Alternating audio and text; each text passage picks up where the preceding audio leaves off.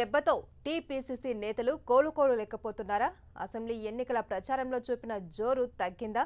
వచ్చే లోక్సభ ఎన్నికల ప్రచారం ఏఐసీసీ అధ్యక్షుడు రాహుల్ గాంధీ పర్యటనలకు సక్సెస్ చేసేందుకు టీపీసీసీ ఏర్పాటు చేసిన సన్నాహక సమావేశాన్ని మెజారిటీ నేతలు గైర్హాజరు కావడం సర్వత్రా చర్చనీయాంశమైంది.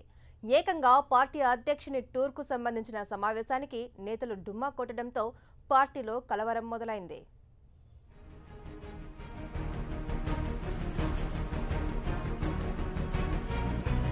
రానున్న పార్లమెంట్ ఎన్నికలు కాంగ్రెస్ పార్టీకి, ముఖ్యంగా రాహుల్ గాంధీకి ఎంతో ప్రతిష్టాత్మకమైనవి.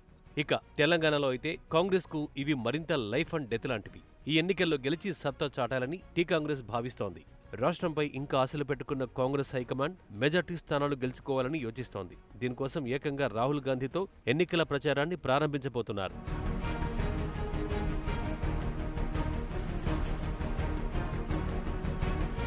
ఈ నెల 9న తెలంగాణకు పార్లమెంట్ ఎన్నికల ప్రచారానికి రాహుల్ గాంధీ వస్తుండటంతో ఆ సభను విజయవంతం చేసేందుకు పీసీసీ చీఫ్ ఉత్తమ్ తీవ్ర కసరత్తు చేస్తున్నారు. రాహుల్ సభను ప్రతిష్టాత్మకంగా నిర్వహించడం ద్వారా ఎన్నికల్లో క్యాడర్లో మంచి జోష్ నింపాలని భావిస్తున్నారు.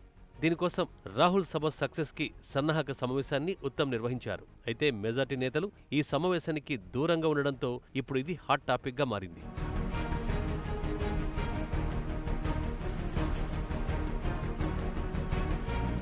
గాంధీ భవన్లో నిర్వహించిన సమావేశానికి party working president Revanth Reddy, Ponnam Prabhakar, Azharuddin డుమ్మా కొట్టడం చర్చనీయాంశమైంది. ఇంకా మెజార్టీ ఎమ్మెల్యేలు గైర్హాజరయ్యారు.